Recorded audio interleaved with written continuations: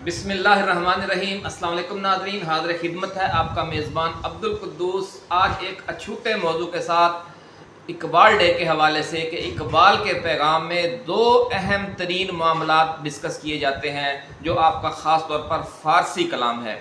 एक है शिरक कि शिरक असल में क्या है, और दूसरा गद्दारों का अंजाम। वो अपनी खुदी से बेखबर हो गया है, इसने अपने गिर्द पुरानी रस्मों का कैद खाना खुद ही बना रखा है। यानी नजर नाज़रीन कैसी बात है कि अगर हम कैद हैं तो उसकी वजह इकबाल ने ये नहीं कहा कि जो दुश्मनों की ताकत की वजह से कैद हैं, बल्कि इकबाल ये कहता है कि इसने अपने गिर्द पुरानी रस्मों का कैद खाना बना रखा है, जो हिंदुस्तान वाला है। तू जबर से बच और सब्र की आदत से भी बच। एक और बड़ा ज़ोरदार नुक्ता इकबाल ने नाज़रीन पेश किया, फरमाया कि तू जबर से भी बच, यानी लोगों पर जबर भी ना कर, लेकिन सब्र भी ना कर। यानी सब्र भी एक तरह का उन्होंने बताया कि एक बहुत बड़ा जुर्म है। एक ख़ास जब लेवल तक सब्र चला जाता है तो वो भी जुर्म बन जाता है। ये इकबाल बहुत ज़ोरदार एक मुनफरद मौजू लेकर आए हैं नाज़रीन, और फरमाया है कि जाबर और मजबूर दोनों के लिए जबर जहर है। ये साबर को मुसलसल सब्र का आदि बना देता है, और वो जाबर यानी जालिम को मुसलसल जबर करने का आदि बन जाता है। दोनों में, जाबर और मजबूर में जुल्म का ज़ौक़ बढ़ जाता है। यानी जाबर में जुल्म करने का ज़ौक़ बढ़ जाता है और मजबूर में जुल्म सहने का ज़ौक़ बढ़ जाता है। तो मेरी ज़ुबान पर या लहज़ा कौमी या लामून, ए काश मेरी कौम इस नुक्ते को जानती का विरद रहता है। अब एक आयत मुबारका यहाँ उन्होंने शामिल की है कि जिसमें रसूलुल्लाह सल्लल्लाहु अलैहि वसल्लम के हवाले से गुफ्तगू की है, लेकिन उन्होंने कहा कि काश मेरी कौम, ये जो मैं अभी नुक्ता बयान कर रहा हूँ कि सब्र की अभी एक हद होती है, उससे आगे जब आप सब्र करेंगे तो उसका मतलब ये है कि आप सब्र नहीं कर रहे बल्कि आप जबर करने वाले की मदद कर रहे हैं। तो ये फिर साथ ही फिर दुआ फरमाते हैं कि ये जो जुमला है, ये जो आयत मुबारक है इस हवाले से कि काश मेरी कौम मेरे इस नुक्ते को समझ सके, मुझे मेरी ज़ुबान पर हर वक्त इसका विरद रहता है। फिर आगे जाकर फरमाते हैं कि हिंदुस्तान की जो रात है वो कैसे दिन में बदल सकती है। अगरचे जाफर मर गया लेकिन इसकी रूह अभी तक जिंदा है। नाज़रीन इस मौके तक हम आपको लाना चाहते थे क्योंकि बहुत तवील नज़म है, हम आगे नहीं जाएंगे। अब इसी मकाम पर आके हम इस नज़म को ख़त्म करेंगे। बहुत ज़ोरदार अशार हैं। फरमाते हैं कि अगरचे जाफर मर गया लेकिन इसकी रूह अभी तक जिंदा है, यानी आज भी गद्दार मौजूद हैं और हर ज़माने में मौजूद रहते हैं। जब ये गद्दार रूह एक जिस्म की कैद से रिहाई पाती है तो फिर किसी दूसरे बदन में अपना ठिकाना बना लेती है। यानी कोई भी दौर गद्दारों से खाली नहीं रहता, ऐसा कहना है अल्लामा इकबाल का। शायर मशरक हकीमुल उम्मत हमारे कौमी शायर हैं। तो इसलिए अगर हम आज ये बात करते हैं कि आज के मीर जाफ़र ऐसे हैं, आज के मीर सादक ऐसे हैं, तो हम कुछ गलत भी नहीं कहते कि खुद इकबाल अपने कलाम में ये बात कह रहे हैं कि जब ये गद्दार रूह एक जिस्म से रिहाई पाती है तो फिर किसी दूसरे बदन में अपना ठिकाना बना लेती है। कभी तो वो ईसाई या अंग्रेज़ हुक्मरानों से साजबाज करती है और कभी बुत परस्तों यानी हिंदुओं से न्याजमंदी का मुजाहरा करती है। कितनी बड़ी नाज़रीन के कभी तो हम सारा जो अपना यहाँ से माल लूट कर यूरोप में के बैंकों में जमा करवा देते हैं, उनके साथ साजबाज कर लेते हैं, हर फैसला उनकी मर्जी और मुशावरत से करते हैं, और फिर कभी हम हिंदुओं से, वाजपेयी से, मोदी जी से न्याजमंदी का मुजाहरा करते हैं। ये दो निशानियां बताई हैं इकबाल ने गद्दारी की। फिर फरमाते हैं कि इसका दीन और आइन सौदागरी है। यानी जो गद्दार है उसके वो तफसील बयान कर रहे हैं कि वो क्या करता है, और फिर आगे जाकर फरमाते हैं इसका जो दीन और आइन है वो सौदागरी है। यानी उसका काम है तिजारत, पैसा, कि जहाँ से उसको देखेगा माली मुफाद है, वो फिर ये नहीं देखेगा इसका मेरी कौम को नुकसान है, कितना नाकाबिल तलाफी नुकसान है, वो इस चीज़ की तरफ नहीं जाएगा। वो सिर्फ सौदागरी करेगा, पैसा बनाएगा, सौदेबाजी करेगा। इसका दीन और आइन सौदागरी है, ये गोया हैदरी लिबास में अंतरी है। तो ये शेरी मुनासबत से उन्होंने लफ्ज़ अंतरी इस्तेमाल कर लिया। अंतरी एक नाज़रीन काफर का नाम था जो तबीब था, कुरैशी था, और अंतर बिन हारिस उसका नाम था, और जंगे बदर में हज़रत अली रज़ी अल्लाह ताला अन्हु ने उसे कत्ल किया था। तो हालांकि वो कत्ल हुआ, वो काफर था, लेकिन आप फरमा रहे हैं कि ये जो गद्दार होते हैं है तो होते तो काफर हैं, लेकिन वो उन्होंने लबादा है जो वो हैदरी उड़ा हुआ होता है।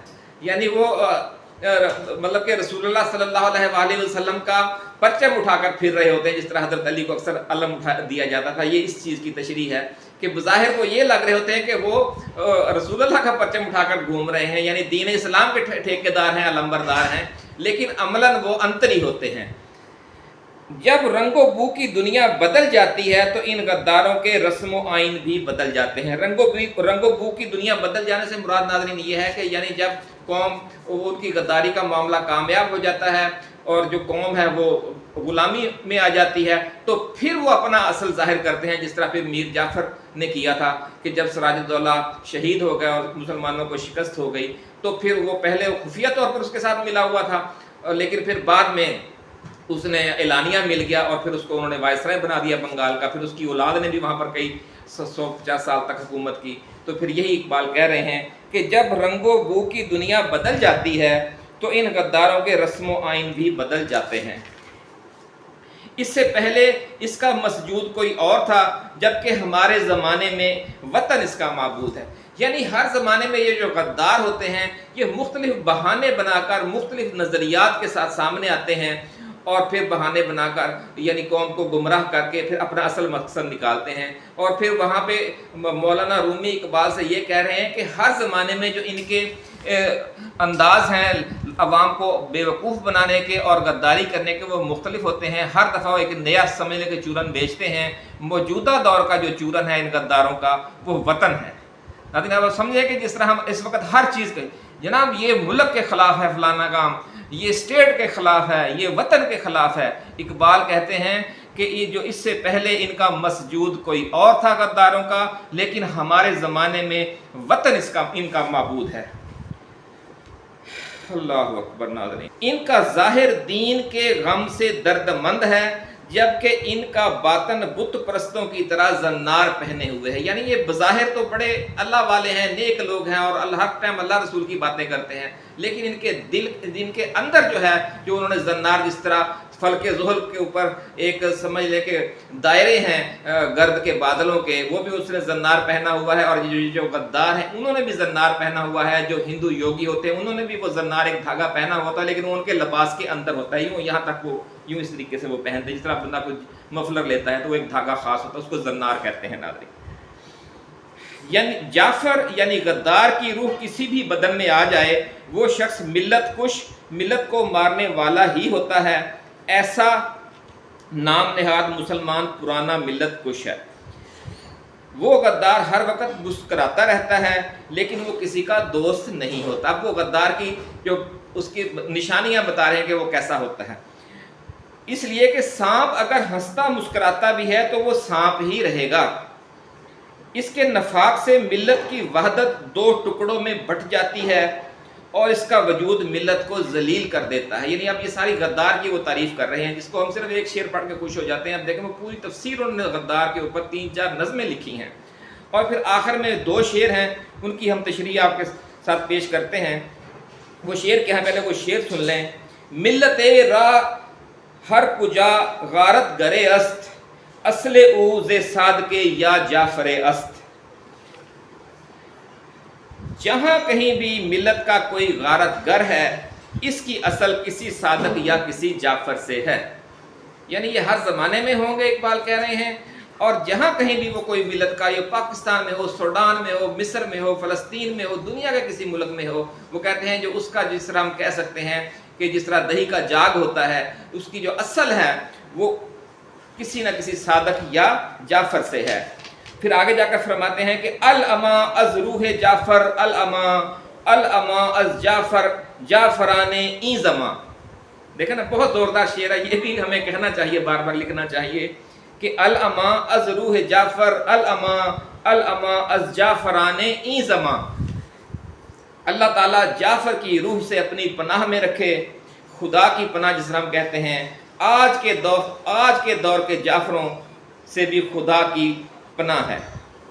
उसके बाद फिर नाज़रीन 5वीं नज़म है इसी सिलसिला वाक़ियात की, उसका सिर्फ हल्का सा हम बयान करेंगे, फिर आगे चलते हैं उस हदीस मुबारका की तरफ।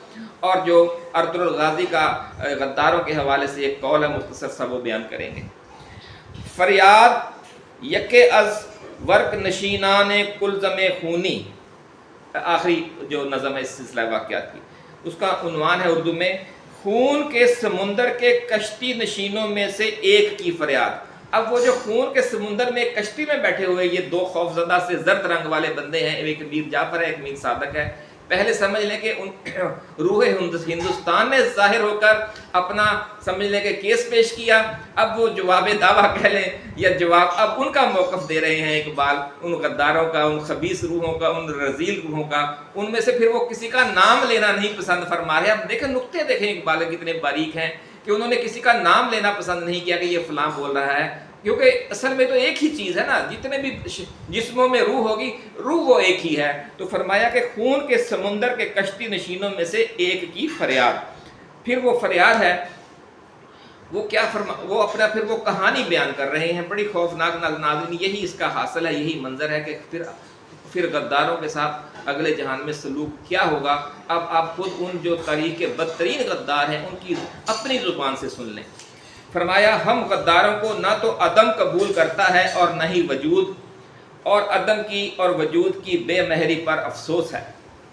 جب ہم مشرق و مغرب کی دنیا سے گزر گئے، یعنی جب ہم مر گئے اور بڑے دکھ درد کے ساتھ دوزخ کے دروازے پر پہنچے، تو اس دوزخ نے بھی جعفر اور صادق پر ایک چنگاری تک نہ پھینکی۔ یعنی انہوں نے کہا کہ جب ہم مر گئے اور ہمارے لیے ڈائریکٹ ہمیں پتا تھا کہ اب ہم نے دوزخ میں جانا ہے تو ہم سیدھے دوزخ میں چلے گئے، لیکن جب ہم دوزخ کے دروازے پر پہنچے تو اس نے ہم اتنی حقارت ہمارے ساتھ حقارت امیز سلوک کیا کہ اپنی ایک چنگاری تک ہم پر نہیں پھینکی، اور ہمارے سر پر خاک کی مٹھی ڈالنا بھی پسند نہیں کیا۔ چنگاری تو ایک طرف رہی، دوزخ نے اپنی اتنی یعنی ہمارے ساتھ سمجھ لیں کہ ہمیں کوئی سزا بھی نہیں دی، ہماری طرف دیکھنا تک گوارا نہیں کیا۔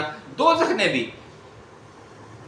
نے کہا کہ تم سے تو خس و خاشاک بہتر ہیں، ان دو کافروں سے میں اپنی چنگاری پاک رکھنا چاہتا ہوں۔ یعنی دوزخ نے بھی یہ کہا کہ میں اپنی جو چنگاری ہے، اپنا وجود تو ایک طرف رہا، میں اپنی ایک چنگاری بھی تم پر ڈال کر اسے ناپاک نہیں کرنا چاہتا، تم اتنے رذیل غلیظ اور گھٹیا ہو۔ استغفر اللہ۔ تو ناظرین یہ صورتحال ہے۔ انہوں نے کہا کہ ہم 9 آسمانوں کے پار گئے اور وہاں اچانک آنے والی موت کے پاس پہنچے۔ جب انہوں نے کہا کہ جب ہم نے دیکھا کہ ہمیں دوزخ بھی قبول نہیں کر رہا، تو ہم نے سوچا کہ ہم کسی ایسی ہستی کے پاس جائیں کہ جو پھر ہمیں بالکل ہی فنا کر دے۔ موت کے بعد ایک اور موت ہم نے تلاش کی، اور جو موت اچانک آ جاتی ہے ہم اس کے پاس پہنچے۔ تو اس نے کہا جان میرے رازوں میں سے، اب یہ آگے سے موت جواب دے رہی ہے انہیں کہ جان میرے رازوں میں سے ایک راز ہے، جان کی حفاظت کرنا اور جسم کو مٹانا میرا کام ہے، اگرچہ ایک بری جان کی قدر و قیمت 2 جو کے برابر بھی نہیں ہے۔ یعنی میرے لیے ایک جان کی کیا چیز ہے، صرف جو کے 2 دانے جس طرح تم ہو، اس لیول کی بھی نہیں ہے۔ تاہم تم جو غدار ہو، مجھ سے اپنی جان ختم کرنے کی خواہش کرتے ہو تو یہاں سے دور بھاگ جاؤ۔ یعنی موت نے بھی ان کی جان کو فنا کرنے سے انکار کر دیا۔ موت یہ کام نہیں کر سکتی، غدار کی جان موت سے بھی سکون نہیں پا سکتی۔ ناظرین یہ اس طرح کا بہت خوفناک منظر ہے کہ کس طریقے سے ان غداروں سے اگلے جہان میں کوئی بھی انہیں ختم کرنے کے لیے بھی تیار نہیں، تاکہ انہیں نجات نہیں ملے گی کس صورت میں، انہیں دوزخ بھی قبول نہیں کر رہا، خون کے سمندر میں اور آتشی چٹانوں میں وہ گھوم رہے ہیں۔ یہ تو تصوراتی منظر ہے اقبال کا۔ اب ہم وہ بات بیان کریں گے کہ جو بالکل حقیقی بات ہے، وہ اس سے بھی زیادہ خوفناک ہے۔ خلافت عثمانیہ کی ناظرین بنیادیں رکھنے والے عظیم ترک جنگجو کے اقوال زریں اس پر بنائی گئی ڈرامہ سیریل ارطغرل غازی کا مرکزی خیال ہے، اور وہ ارطغرل غازی ایک جنگی حکمت عملی کا پہلا اصول یہ بیان کر رہا ہے کہ اپنے دشمن سے پہلے اپنے درمیان موجود غدار کو قتل کرو۔ یہ اس کا ڈائلاگ ہے۔ جنہوں نے یہ ارطغرل ڈرامہ دیکھا ہے وہ غداروں کے اس خوفناک کردار سے بخوبی آگاہ ہیں کہ وہ کتنا نقصان پہنچاتے تھے۔ اس لیے پھر اس نے اپنی زندگی کا ایک اصول بنا لیا۔ وہ اصول یہ تھا کہ اپنے دشمن سے پہلے اپنے درمیان موجود غدار کو قتل کرو۔ ایک اور قول جو ارطغرل غازی کا مشہور ہے وہ یہ ہے کہ اگر میرا دشمن بھی مظلوم ہے تو میں اس کی مدد کروں گا، اور اگر میرا بھائی بھی غدار ہے تو سب سے پہلے میں اس کا سر قلم کروں گا۔ ناظرین غداری جو ہے وہ کسی بھی شعبے میں ہو، وہ اس کائنات کی ذلیل ترین اور رذیل ترین حرکت ہے۔ اس لیے حدیث مبارکہ ہے کہ روز قیامت باقی انسانوں کے جو جرائم ہیں وہ تو ان کے حساب کتاب کے بعد ظاہر ہوں گے، یعنی روز قیامت جب تک حساب کتاب نہیں ہو جائے گا کسی کو پتہ نہیں لگے گا یہ گناہ گار ہے یا نیک آدمی ہے۔ جب گناہ گار نیک کا فیصلہ ہو جائے گا پھر ان کا سزا جزا ظاہر ہوگی، لیکن ان میں سے صرف غدار ایسے ہوں گے کہ ان کا حساب کتاب سے پہلے ہی انہیں ظاہر کر دیا جائے گا۔ وہ ظاہر کس طرح کیا جائے گا، یہ خوفناک، سب سے خوفناک ترین بات ہے، اور اس ویڈیو کی جو ٹاپ پوائنٹ ہے وہ یہی ہے۔ فرمایا رسول اللہ صلی اللہ علیہ وآلہ وسلم نے کہ غداروں کی پشت میں میدان حشر کے اندر ہی، یعنی حساب کتاب سے پہلے ہی، ایک ڈنڈا نصب کر کے اس پر غداری کا جھنڈا لہرا دیا جائے گا۔ استغفر اللہ۔ جی ناظرین، کہ ان کی پشت پر ایک ڈنڈا گاڑ دیا جائے گا اور وہ اس پر ایک جھنڈا لگا ہوا ہوگا اور وہ نشان ہوگا کہ یہ بندہ غدار ہے، یعنی دور سے ہی جب وہ کہیں سے گھومتا پھر 50,000 سال کا ناظرین وہ دن ہوگا، اور وہ 50,000 سال اس غداری کے ڈنڈے اور غداری کے جھنڈے کے ساتھ وہاں ذلیل ہوگا۔ یہ ہے غدار کا لیول، غدار کا انجام۔ اس لیے اللہ رب العزت سے ہم دعا گو ہیں کہ ان 50,000 سالوں میں جن لوگوں کو یہ غداری کا ڈنڈا اور جھنڈا لگے گا ان سے ہمیں اس دنیا میں بھی ہمیں پناہ میں رکھے اور انہیں بھی توبہ کی توفیق دے۔ اور اس کے حوالے سے ہم صرف یہ عرض کرنا چاہتے ہیں کہ آیت کریمہ کا وہ ورد کریں، جس سے بھی دنیا میں چھوٹی موٹی غداری کی سرزد ہو جائے یا بڑی۔ ہائی ٹریجن تو بہت خوفناک ہے، اللہ تعالیٰ اس سے بچائے، اور جن لوگوں سے ایسی کوئی حرکت ہو جاتی ہے وہ بھی اس کی، جب تک ہمارا سانس نہیں نکل جاتا ناظرین تو توبہ کا دروازہ بند نہیں ہوتا۔ اگر ہم اللہ تعالیٰ کا دیا ہوا قرآن، اللہ تعالیٰ کا دی ہوئی صورتیں، اللہ تعالیٰ کی بتائے ہوئے طریقے پر عمل کریں گے تو ہمیں معافی مل سکتی ہے اس دنیا میں، یعنی معافی کی توفیق ہو سکتی ہے، اس جرم کے ازالے کا ہمیں موقع مل سکتا ہے۔ اگر ہم سے کوئی کوتاہی ایسی سرزد ہو گئی ہے کہ ہم نے اپنے دفتر میں، اپنی کمپنی میں، اپنے ملک میں، اپنے خاندان میں، اپنے شہر میں، اپنے قبیلے میں، اپنی برادری میں، اپنے جماعت میں، اپنی سیاسی جماعت میں، اپنی دینی جماعت میں، اپنے قائد سے، اپنے آقا سے بدعہدی یا غداری کی ہے، خیانت کی ہے، یا اپنے پورے قافلے سے، پورے قبیلے سے، اپنے دوستوں سے غداری اور خیانت کی ہے یا بدعہدی کی ہے، تو ہمیں اس کی اللہ تعالیٰ اس سے توبہ کی توفیق عطا فرمائے۔ آیت کریمہ کا ورد کریں ناظرین، اس طرح کی کبھی کوئی صورتحال آپ کو درپیش ہو جائے تو بہت زیادہ آیت کریمہ پڑھیں، کیونکہ یہ کہا جاتا ہے کہ حضرت یونس علیہ السلام کو جب اللہ تعالیٰ نے اپنی قوم کو راہ ہدایت پر لانے پر مأمور کیا تھا تو ایک موقع پر آپ یہ سمجھے کہ اب یہ قوم جو ہے نا راہ ہدایت پر آنے والی نہیں ہے، تو اس لیے آپ اس کو پر بد دعا کر کے آپ نکل گئے سمندر کی طرف چلے گئے اور کشتی پر بیٹھ کر روانہ ہو گئے۔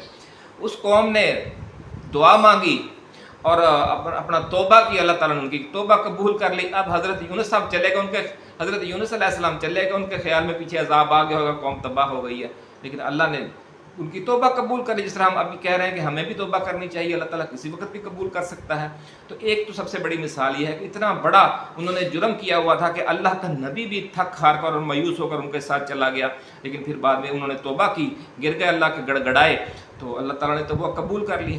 دوسری طرف دیکھیں کہ جس کشتی میں آپ جا رہے تھے وہ کشتی بنجھدار میں پھنس گئی، اور وہاں کے جو رسوم و رواج تھے، جو وہاں کے اس زمانے کے جو عقائد تھے، ان میں بھی جو آقا کے فرمان سے بھاگنے والا بندہ تھا اسے سمجھ لیں کہ پسند نہیں کیا جاتا تھا۔ تو وہاں سب لوگ یہ کہنے لگ گئے کہ اس کشتی میں کوئی ایسا بندہ ہے جو اپنے آقا کی مرضی سے بغیر یا اس کی غلامی میں تھا، اس غلامی کی زنجیروں کو توڑ کر، یعنی جو اس سے عہد کیا ہوا ہے آقا سے کہ میں سارا زندگی تیرا ساتھ دوں گا، وہ بھاگ رہا ہے۔ اس لیے وہ بندے کی وجہ سے ساری کشتی ڈوب جائے گی۔ اس لیے اس بندے سے ہم درخواست کرتے ہیں کہ اگر کوئی ہم میں سے ایسا بندہ ہے جو کوئی ایسا غلام ہے جو اپنے آقا کو چوری چھپے چھوڑ کر بھاگ رہا ہے تو وہ خود قربانی دے اور باقی لوگوں کو بچا لے۔ تو وہاں پہ کوئی ایسا بندہ تو تھا نہیں۔ اچانک حضرت یونس علیہ السلام کے ذہن میں آیا کہ وہ تو میں ہی ہوں، میں ہی اپنے آقا اللہ رب العزت کے اجازت کے بغیر میں اپنے اس مشن کو چھوڑ کر ادھر آ گیا ہوں، تو میں نے ہی اپنے مشن سے بدعہدی کر لی ہے، تو میں نے ہی اپنے آقا کے اس سے فرار ہو رہا ہوں مشن سے یا حکم سے۔ तो वो कहते हैं हाँ जी वो बंदा मैं हूँ। उन्होंने कहा भाई ठीक है फिर मेहरबानी करें। उन्होंने अल्लाह का नाम लिया और समुद्र में छलांग लगा दी, चलो मेरी वजह से ये बाकी पूरी कश्ती का लोग तो ना डूब जाएं। आपने जंप लगाया, वो कश्ती बच गई और आपको एक मछली ने खा लिया।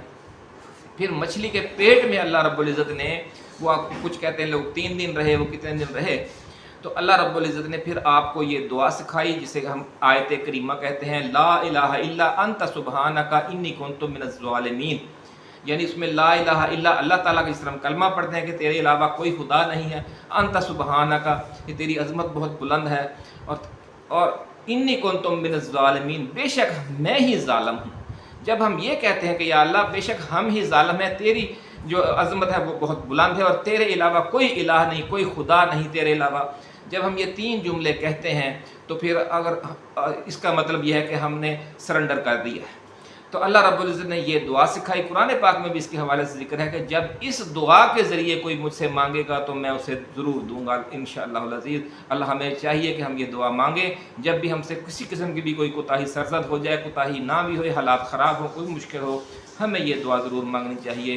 फिर अल्लाह ताला ने इसी दुआ की बरकत से हज़रत यूनुस अलैहिस्सलाम को उस कश्ती के मुँह पेट में से निकाला और फिर कुछ दिन आप वहाँ कहा जाता है कि कद्दू की बेलें थीं, उन्होंने आप पर साया कर दिया, क्योंकि आपका जिस्म जो कश्ती के जो मैदे के अंदर तेज़ाब थे वगैरह थे उनकी वजह से बिल्कुल गल गया था।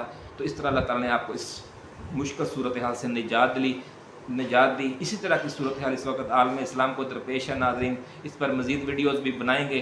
उस वक्त तक के लिए अपने मेज़बान अब्दुल कुद्दूस को इजाज़त दीजिए। ये वीडियो पसंद आए तो कमेंट सेक्शन में ज़रूर बात करें, अल्लामा इकबाल के हवाले से ज़रूर बात करें, आपके अशार अगर अच्छे से आपको याद हैं वो लिखें, और ऐसी ही वीडियो देखने के लिए चैनल को सब्सक्राइब करके बेल आइकन ज़रूर दबाएं। अल्लाह हाफ़िज़। पाकिस्तान जिंदाबाद।